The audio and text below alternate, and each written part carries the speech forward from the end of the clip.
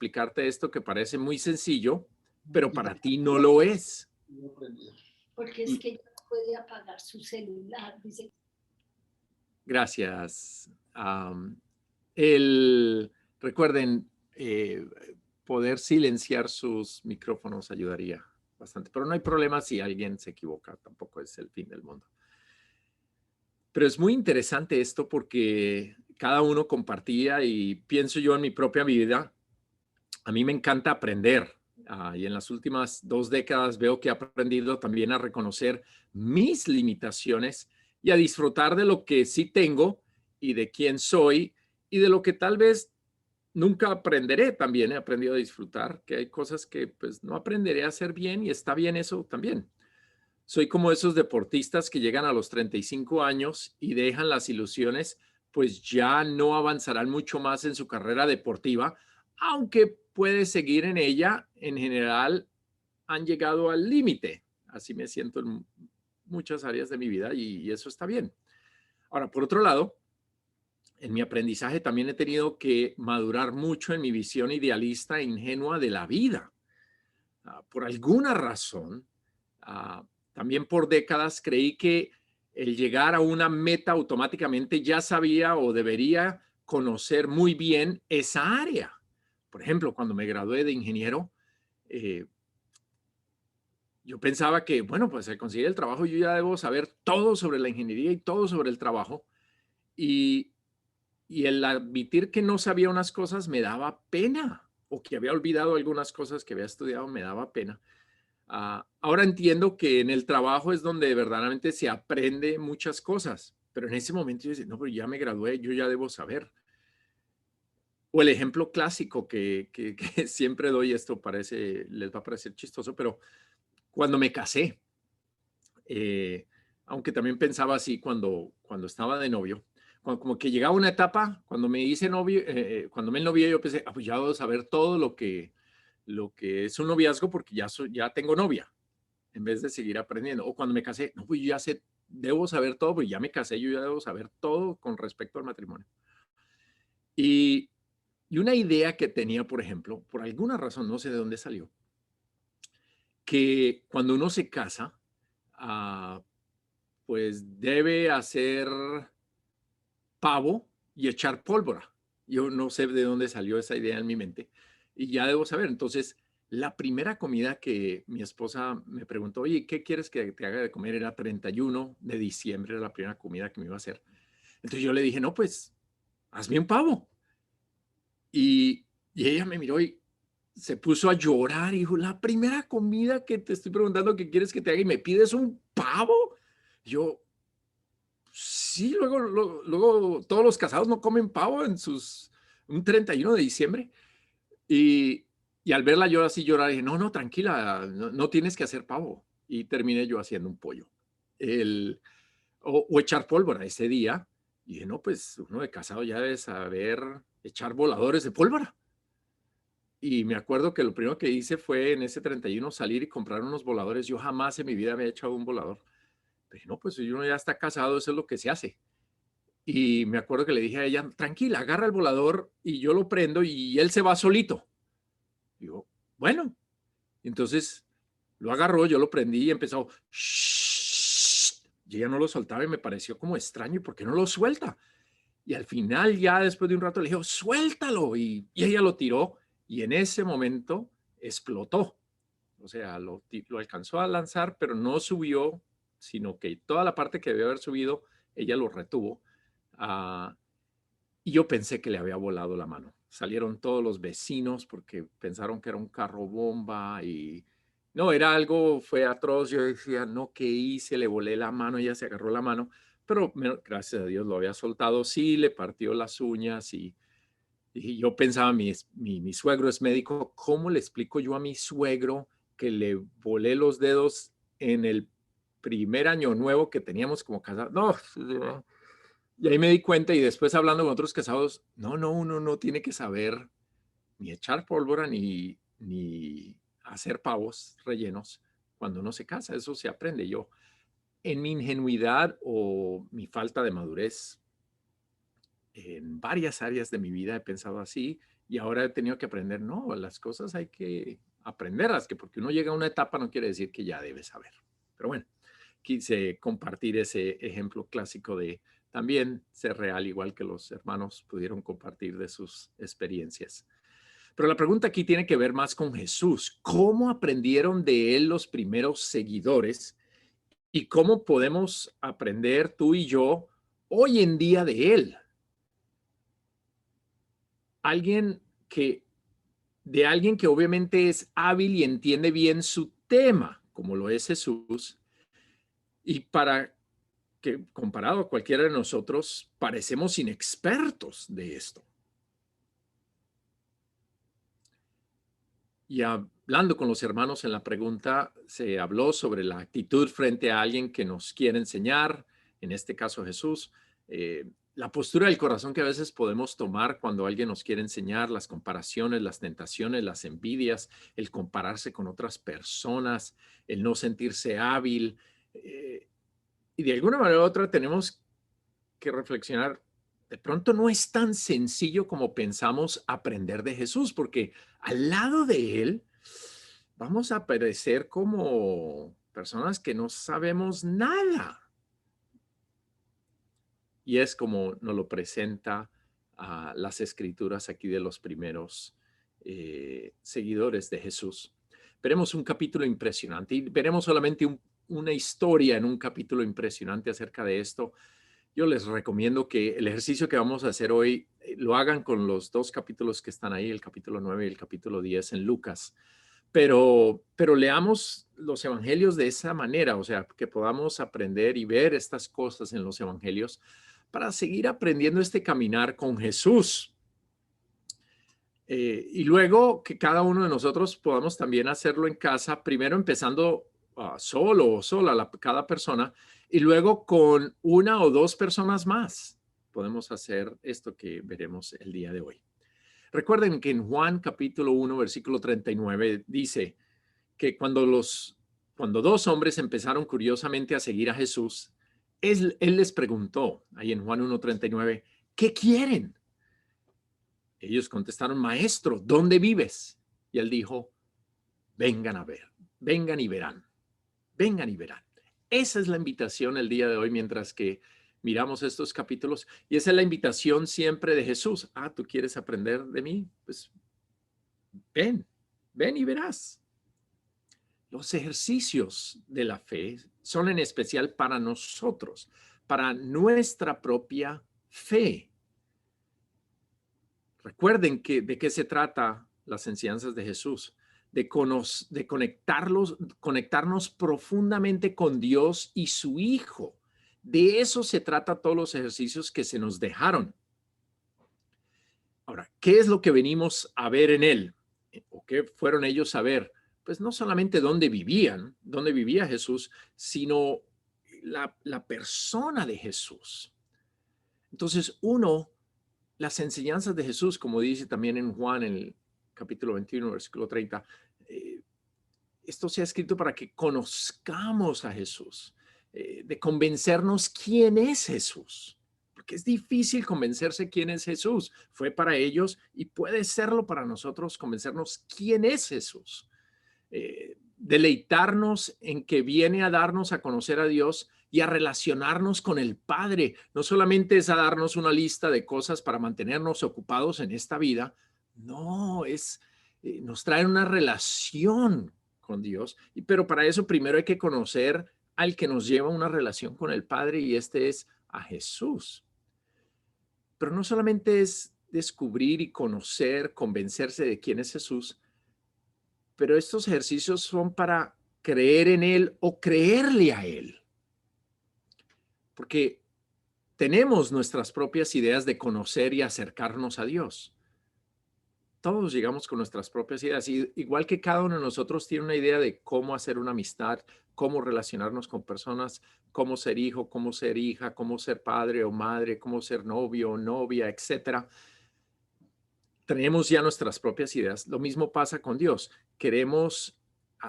Traemos nuestras propias ideas y creerle a Él es difícil porque muchas de ellas van en contra de lo que ya creemos es conocer o acercarnos a Dios, y por eso hay que tomar la decisión de conocerlo, pero también de creerle.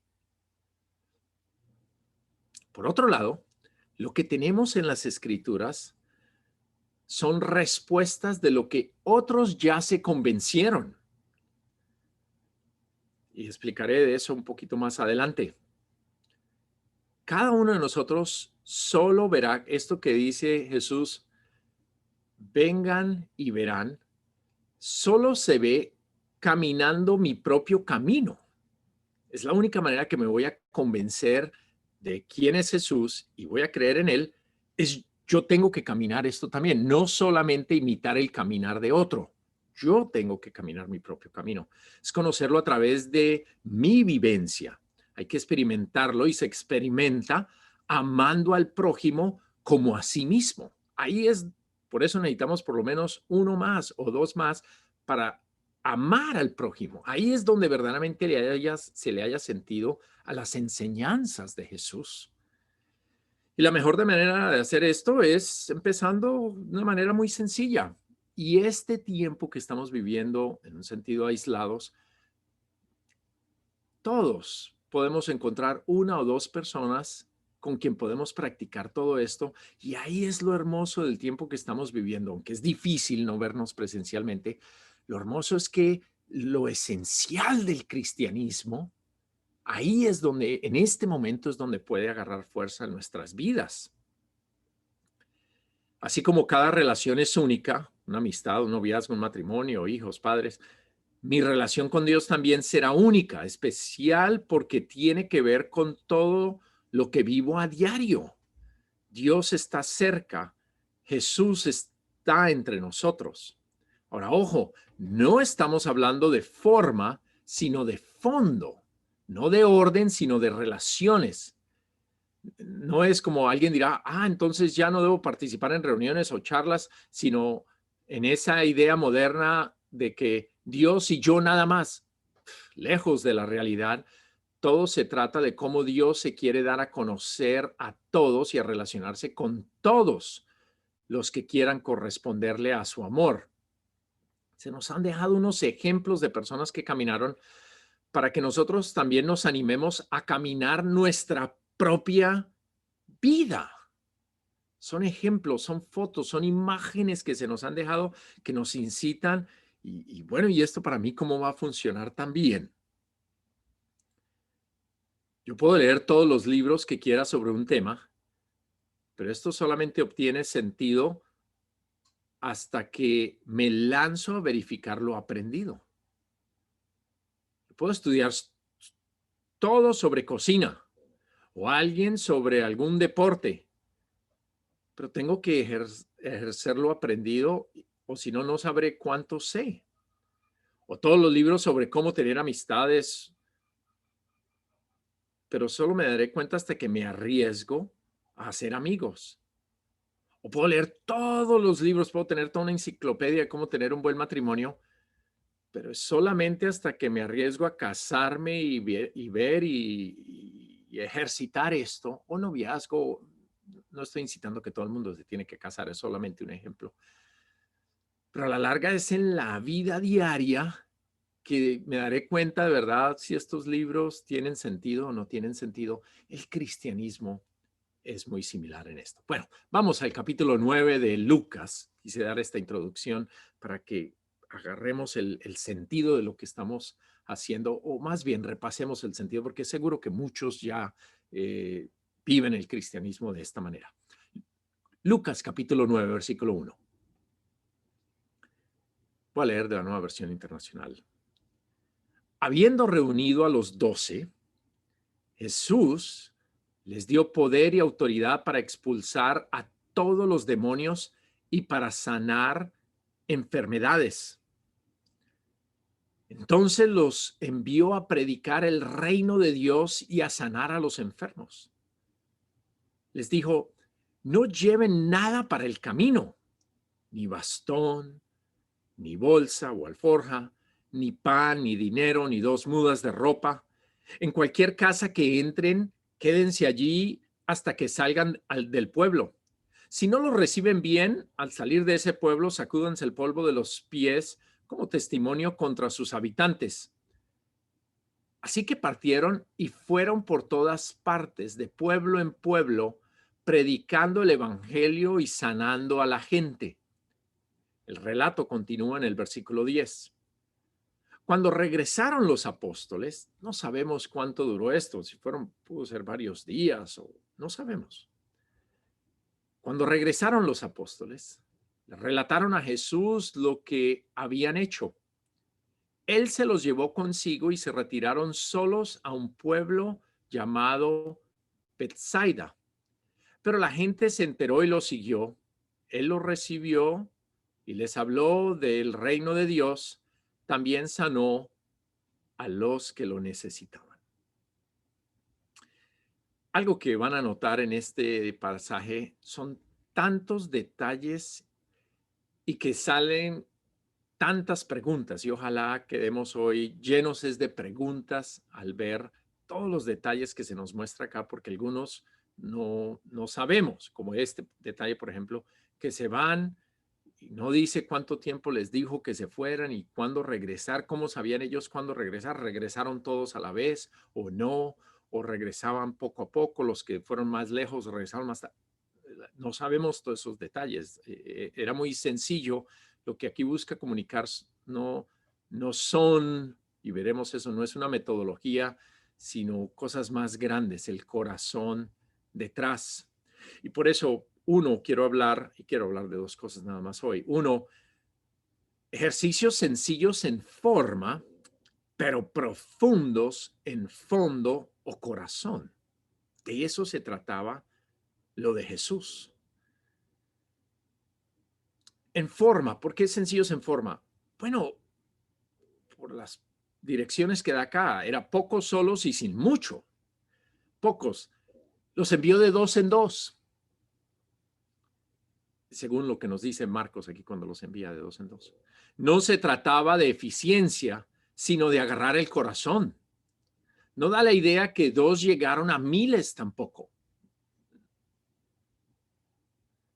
De pronto solamente a la casa del pueblo donde llegaron, porque dice, lleguen a un pueblo, entren a una casa y quédense ahí. Y de pronto solo los de esa casa, eso fue suficiente ayudar en ese pueblo los de esa casa. O sea, era muy sencillo esto. Y 2 llegando a una casa y en un pueblo, pues, ¿qué son 2 en un pueblo?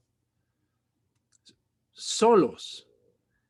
Bueno, sabemos en un sentido, como vimos, que no están solos porque Jesús los acompaña. Y Jesús, ¿se acuerdan cuando hablamos 1 más 1 es mucho más que 2 por toda la diferencia que hace Jesús?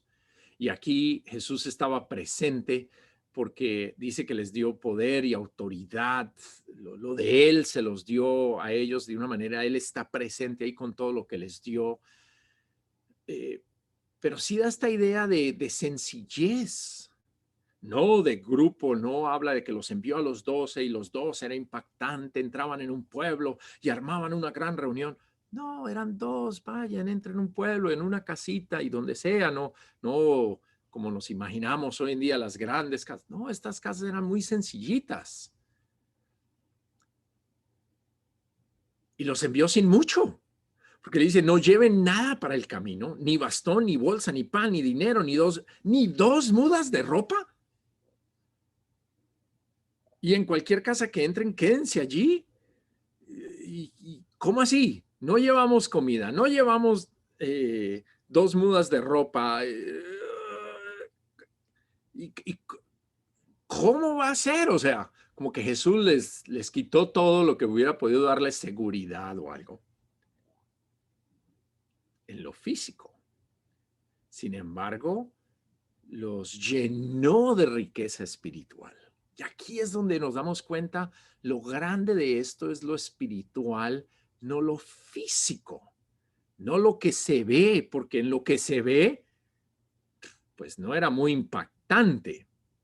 Él les dio poder y autoridad para servir. Él está buscando transmitir, es el corazón de él.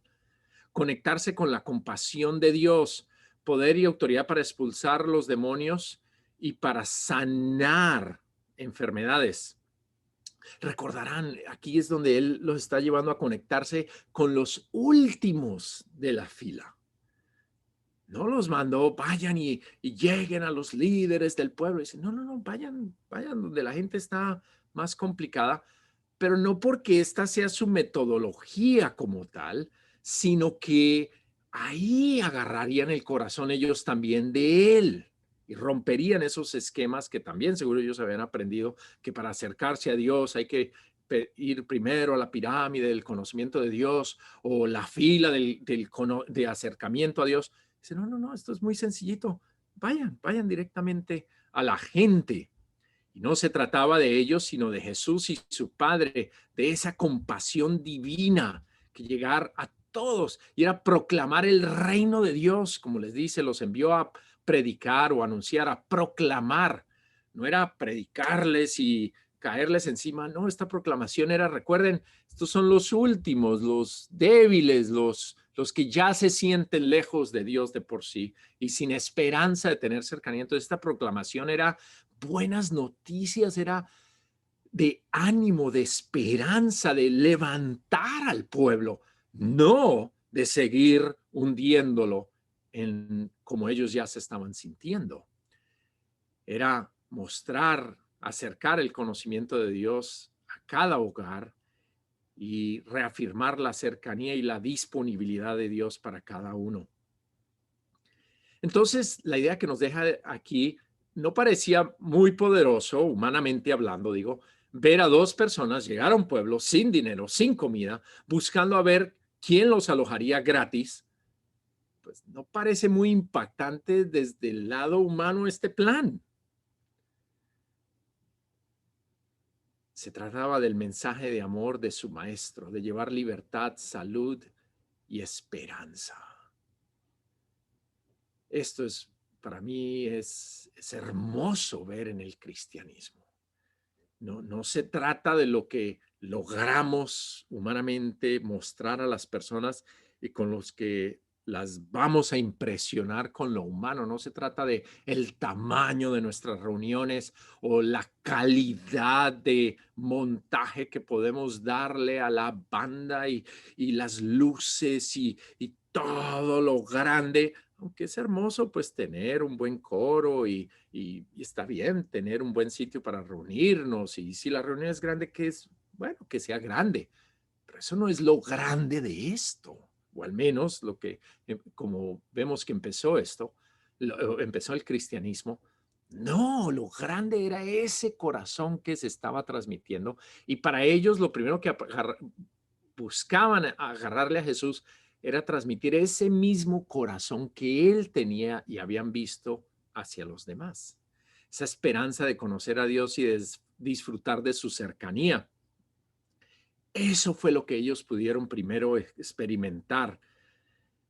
Ese gusto por dar a conocer a Dios, la reacción de las personas y sentir y ver que Dios sí estaba cerca y podían conocerlo. Y Dios confirmó su mensaje dándoles a ellos estas habilidades para sanar enfermos y expulsar demonios, como lo aclara en Hechos capítulo 14, versículo 3, hablando de Pablo y Bernabé. Dice que en todo caso Pablo y Bernabé pasaron allí bastante tiempo hablando valientemente en el nombre del Señor, el Señor quien confirmaba el mensaje de su gracia, haciendo señales y prodigios por medio de ellos. Esta habilidad, este poder que le dio a los apóstoles, recuerden, no tenemos nada del Nuevo Testamento escrito, ellos terminarían escribiendo precisamente estas enseñanzas. Al principio no había nada, entonces, si ellos llegaban a una casa, mira, que venimos de parte de Dios, que ahora está cerca, pero ¿cómo sabemos eso? ¿Y ustedes quiénes son? Si igual ustedes también son de los últimos. ¿Cómo sabemos? Entonces Dios les dio estas habilidades y mostraban o sea, al hacer esto, sí de verdad Dios está cerca de nosotros, sí, claro, había el deseo de también ayudar a las personas, pero era para confirmar que esto se diera. Se confirmó para ellos y se confirmó también para nosotros, y por eso nosotros también leemos y aprendemos de las enseñanzas de los apóstoles. Lo que se busca es el corazón, no la metodología. hoy en día, hasta el día de hoy, personas que quieren es la metodología, queriendo pensar en que lo que les funcionó fue que ellos podían hacer milagros, entonces, o sanar enfermos milagrosamente. Entonces la gente busca, no, pues que también nos dé a nosotros la misma habilidad. No, no se trataba de la habilidad que tenían ellos, que se las dio a ellos, sino del corazón que se transmitía. Pero esto es difícil de creerle a Jesús en este sentido. Ahora, ¿se imaginan la primera reacción, la primera sensación, perdón, que ellos tuvieron? Uno, le creyeron cuando los envía de 2 en 2 y les dice, listo, les doy el poder y la autoridad para expulsar demonios y sanar enfermos.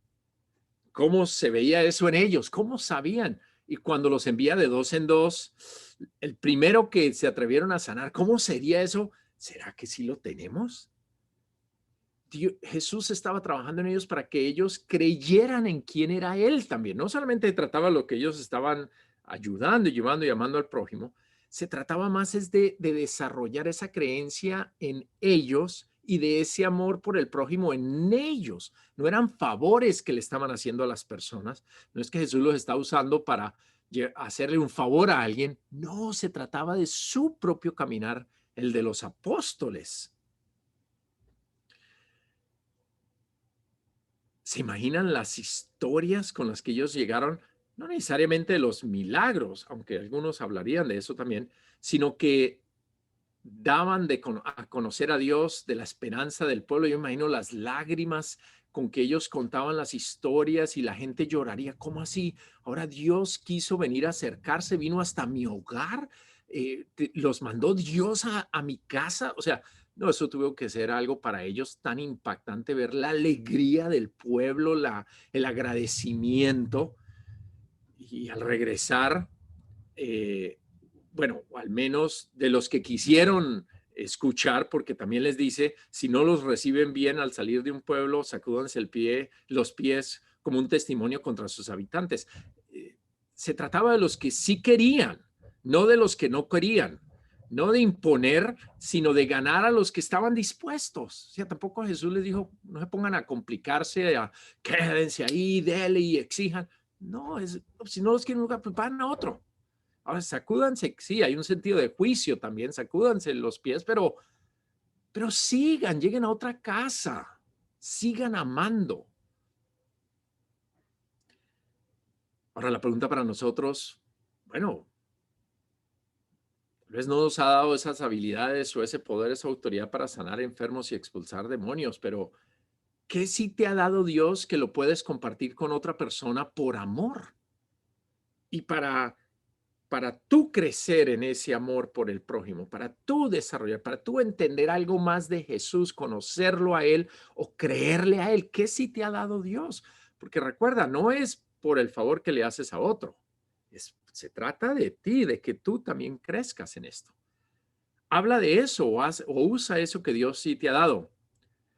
Al principio puede parecer que no es mucho, pero es más que suficiente con lo que Dios nos ha dado a cada uno. Les doy un ejemplo. Recientemente, en una charla estaba preguntando yo que nos contaran de una comida que hubieras recordado que tu mamá había hecho con amor. Me impactó algo que alguien dijo, bueno, yo recuerdo que ella me hacía un huevo tibio. Y uno dice, un huevo tibio, pero ¿qué tan grande es un huevo tibio? Pero otra vez, nosotros vemos la forma, pero lo que impacta es el amor. Para esta persona, la manera que la mamá le hacía el huevo tibio, ahí en ese huevo tibio expresaba todo su amor su mamá. Así es en el cristianismo. Puede ser lo más sencillo, puede ser un abrazo, puede ser una voz de aliento, puede ser una nota, una llamada, una comida y aún la comida más sencilla. Pero cuando se busca ese corazón, eso es todo. Eso es lo que Jesús les está dando a ellos para que puedan, en el fondo, no en la forma, en el corazón, es donde está la grandeza en el cristianismo. ¿En qué situación te encuentras en este momento? ¿Con quién vives? ¿Cuál es tu realidad? ¿Tienes más de 2 prendas de ropa o algo de dinero? ¿Tienes algo más que pan? Porque él les dijo, ni siquiera lleven pan. Bueno, es mucho más que lo que tuvieron ellos. Y miren cuánto aprendieron de la manera de Jesús, del fondo, del amor, de la compasión. Pues les enseñó al menos a ver a estas personas a los últimos de la fila. Al menos ellos por primera vez empezaron a ver que había gente así y entraron en sus casas, que también es algo hermosísimo del cristianismo, es llegar a los hogares. No les dijo, vayan y solamente vean a las personas en la calle y denles de comer, pero ¿cómo les van a dar de comer si ni siquiera ellos tenían comida? No, vayan, entren a los hogares. Ahora, no que está mal darle comer a las personas en la calle, pero cuando vemos solo la forma, lo que sacamos de esta escritura es que nada más tenemos que ir a ver a los de la calle cuando aquí no está hablando acerca de esto. Otra vez, es del corazón. Alguien puede tener un corazón muy grande por los de la calle, pero no amar al 1 o 2 que vive en su propia casa. Alguien puede estar, como decía el apóstol Pedro en 1 Corintios, el apóstol Pablo en 1 Corintios 13, alguien puede hasta dar su propia vida o regalar todo a los pobres, pero no tener amor. Y esto es cierto. O sea, es los cercanos. Eso mismo que harías por alguien en la calle, ¿ya lo has hecho por alguien en tu propia casa? ¿Ese mismo amor, ese mismo cariño? Si no, eso no tiene nada de mérito, hacer algo por alguien en la calle que no estás dispuesto a hacerlo por alguien muy cercano a ti. Y menos si hay alguien en tu familia que son de los últimos, de los despreciados, porque ¿quiénes son los últimos a tu alrededor? Aquellos a quienes nadie quiere tratar, los más odiosos, los descarriados, los enfermos espirituales, o como tal vez decimos vulgarmente, las ovejas negras. Los difíciles de amar. ¿Quiénes son esos cercanos a ti que tú conoces y que en la familia de pronto aún los cercanos dicen, uy, tratar a fulano? ¡Ugh! Bueno, a esos hay que ir también. Ahí es donde empieza uno a agarrarle el corazón a Jesús. Bueno, otra vez, no estoy hablando de forma, sino de corazón. Ama al prójimo cerca. Cree y espera en todo lo que Dios hará más que en lo que tú o yo haremos. Disfruta la alegría, el asombro, la paz, la esperanza de las personas, sean muchas o pocas, a las que llegas con salud espiritual y paz o el perdón de sus pecados. Llevamos salvación, no condenación, perdón, no culpa, certezas, no dudas, humildad y no poder o grandeza humanos. Después que regresaron, es muy interesante porque dice que Jesús se los llevó consigo y se retiraron solos a un pueblo llamado Betsaida. Ellos regresan y cuentan a Jesús y Jesús dice, bueno, vámonos de acá. Y se van solos. Ahora, varias cosas salen acá. O sea, todo el tiempo no era para sanar y anunciar o proclamar. Había tiempos para estar solos. Ahora, ¿de qué se trataban esos tiempos también? Era para descansar, era para hablar más, pasar, será para reafirmarles que ellos valían más que la tarea que hacían, por ejemplo. Cuando los 72, ahí en el capítulo 10, al regresar, él les dice, no se alegren de que pueden someter a los espíritus, sino alégrense de que sus nombres están escritos en el cielo, por ejemplo. ¿Será que también se trataba de eso? Bueno, es bueno pensar en estas cosas. Marcos 6 nos da una idea que al regreso dice que, y como no tenían tiempo ni para comer, pues era tanta la gente que iba y venía, Jesús les dijo, vengan conmigo ustedes solos a un lugar tranquilo y descansen un poco. O sea, parece los llevó no tenían tiempo ni para comer y entonces, no, pues vámonos. Pero y la gente, vámonos solos, porque también nosotros necesitamos descansar. Que en esto, wow, es muy interesante todas las imágenes que nos deja aquí el pasaje. Pero en todo caso dice que la gente, versículo 11, la gente se enteró y lo siguió a Jesús. Y después dice, él o Jesús los recibió y les habló del reino de Dios. También sanó a los que lo necesitaban. Ahora, la pregunta acá es, ¿quién los recibió? ¿Quién les anunció? ¿Y quién los sanó ahora a todas a estas personas que están llegando? Jesús. Dice que solo Jesús los recibió, Jesús les anunció y Jesús los sanó. Es wow, interesante también este detalle. ¿Por qué no ayudaron, o mejor, por qué no les exigió Jesús a los 12 que también ayudaran? Luego no les había dado también poder para anunciar y para sanar. ¿Por qué ahora lo dejan a él solo, sanando, viendo ellos que ya pudieron hacerlo? Oiga, ayuden un poco, sobre todo frente a tanta gente, porque si bajan un poquito en el pasaje, dice que había unos 5,000 hombres. Ellos ya saben hacerlo, ya vieron cómo hacerlo, regresan y ahora dejan a Jesús. No, hágale usted solo, Jesús. Ahora no sabemos si esa era su actitud, no, el pasaje no nos da a entender esto, pero nos damos cuenta que los pasajes no tratan de enseñarnos metodologías, porque si no nos explicaría estas cosas. No, esto no se trataba de eso, se trataba del corazón. De pronto hasta fue algo, una habilidad o un poder temporal que les dio para solamente ir a ese pueblo o esos pueblos que fueron y luego regresaron otra vez a la normalidad y solamente Jesús tenía esto. No lo sabemos. Pero lo que sí sabemos es que fue Jesús el que ahora se encargó de atender, de recibir a la gran multitud. Y no solo no les exigió Jesús, sino que parece que a Jesús no le molestó ni esperaba que ellos le ayudaran, que también esto es muy interesante. Puede ser que sería tiempo de ellos seguir aprendiendo del maestro, puede ser. ¿O era que estaban muy cansados por la labor que habían hecho? Tal vez. Tal vez estaban repasando la manera que ellos lo hicieron y la manera de Jesús. Tal vez. La otra pregunta es, ¿estaban con Jesús o se hicieron a un lado ellos? Porque también nos dice el versículo 12 que al atardecer, parece que Jesús pasa todo el día, porque ellos llegan a la madrugada, todo el día con ellos.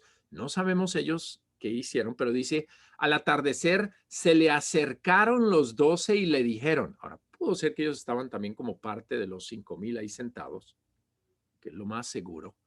Pero de alguna manera otra dice que se le acercaron ellos a Jesús y le dijeron lo siguiente: despide a la gente para que se vaya a buscar alojamiento y comida en los campos y pueblos cercanos, pues donde estamos no hay nada.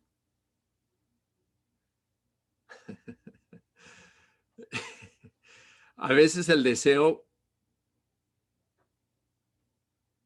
perdón,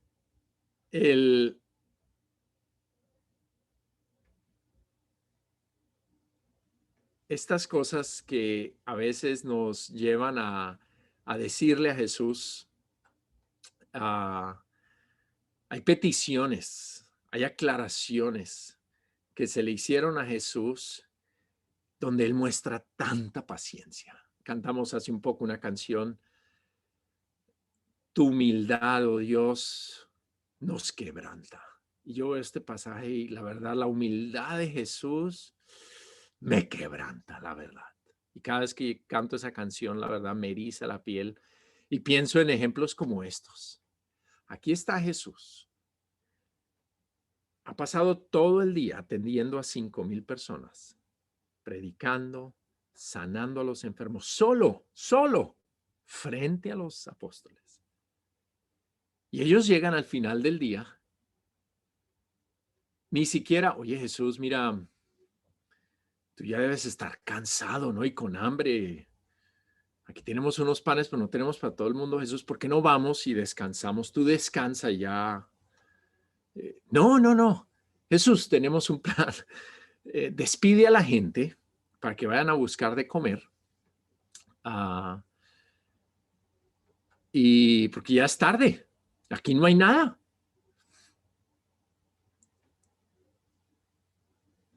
Ahora, yo me puedo relacionar con estas personas porque yo les soy honesto. muchas veces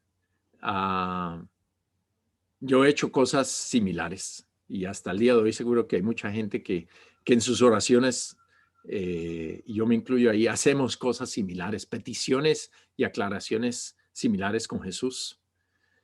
¿Qué los llevó a ellos a hacer esta petición? No sé. ¿Será que pensaron que Jesús no se había dado cuenta que ellos necesitaban ser tan explícitos en su dirección específica y realidad? O sea, para ellos llegar a decir, bueno, Jesús, despide a la gente, ¿no? ¿Qué piensas si despides a la gente? No.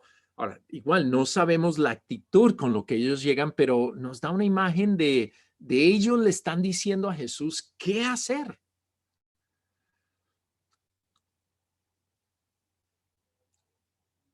¿Has hecho peticiones o aclaraciones así en tus oraciones con Dios?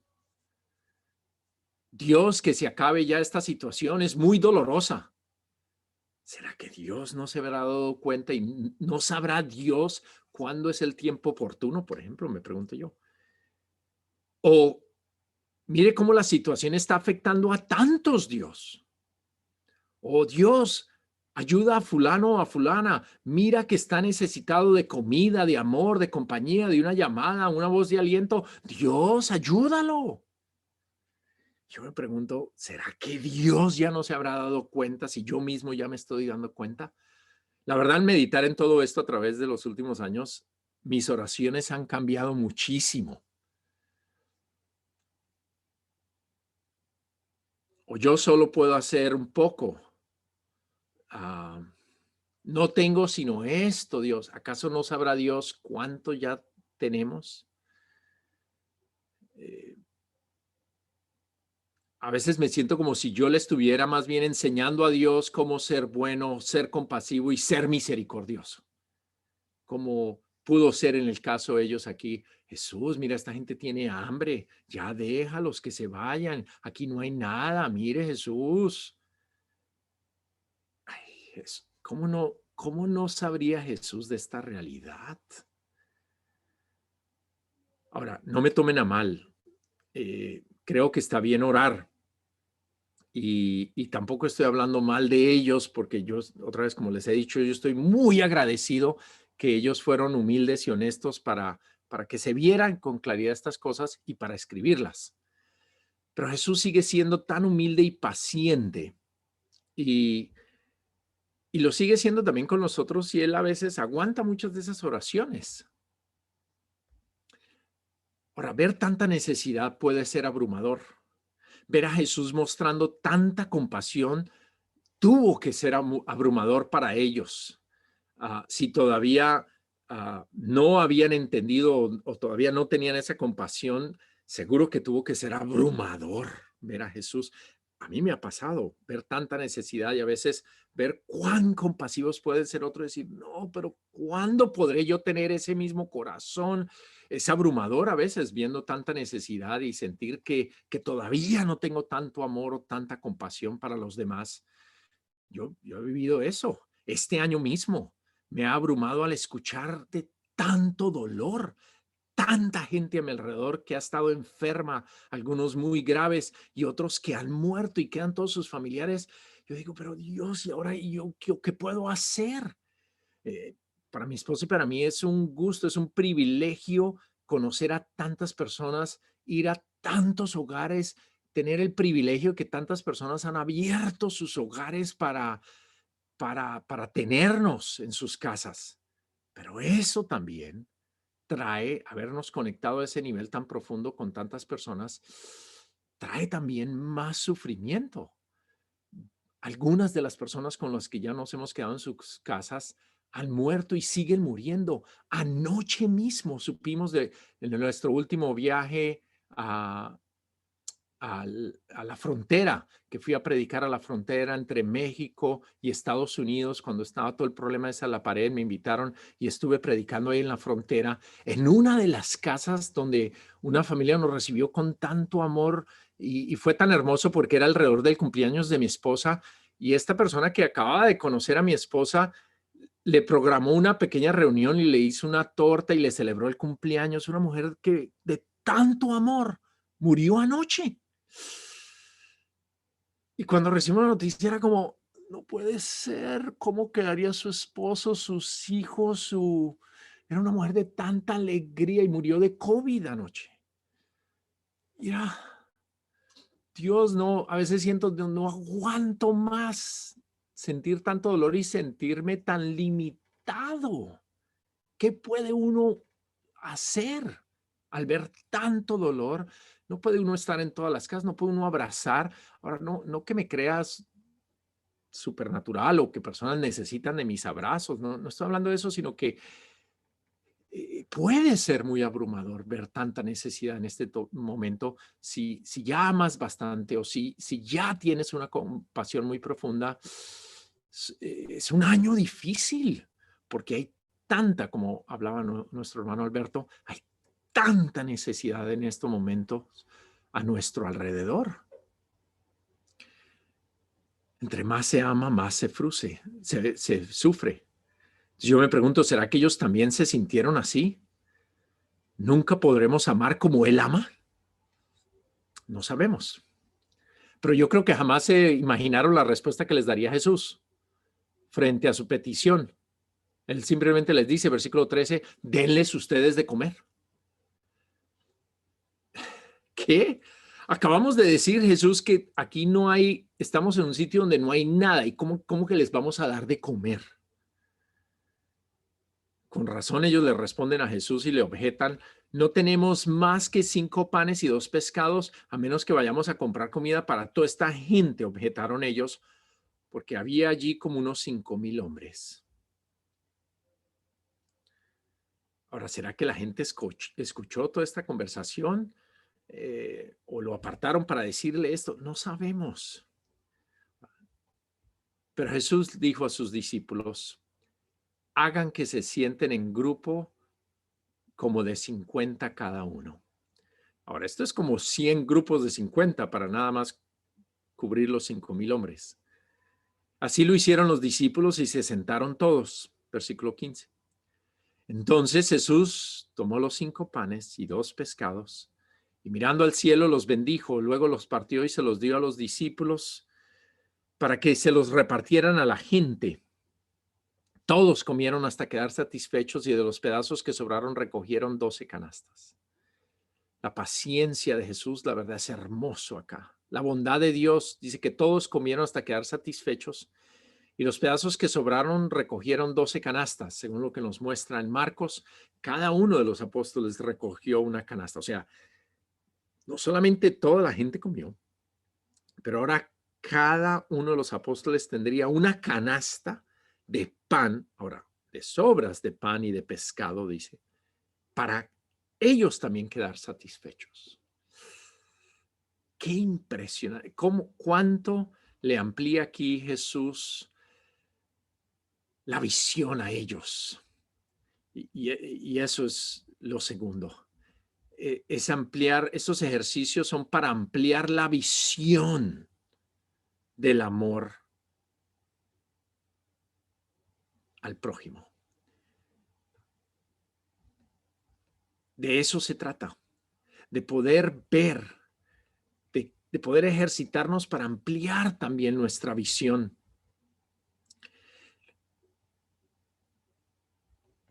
Se trata más del rumbo a seguir que de tener la respuesta correcta.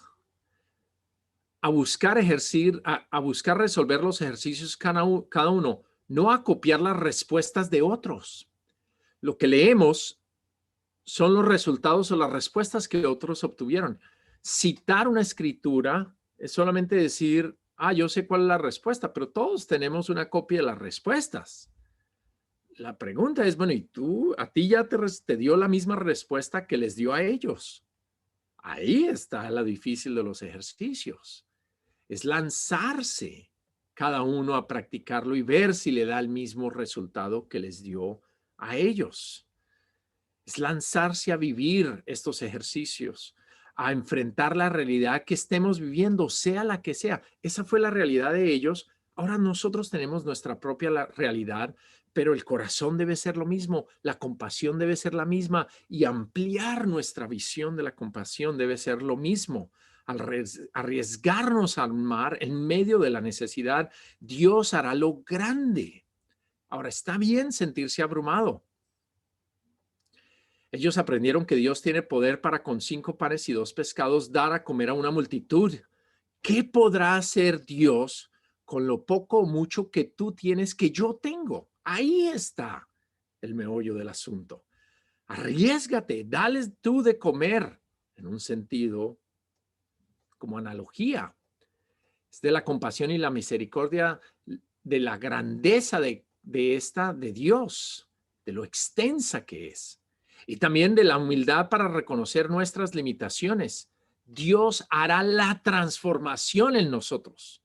No se trata de con los ejercicios yo seré mejor, ¿no? Los ejercicios más bien nos enseñan a ver, no, yo solo no voy a poder hacer esto. Sí, creceré en compasión, pero nos daremos cuenta que la compasión de Dios es mucho más amplia y entonces Dios transformará nuestro corazón.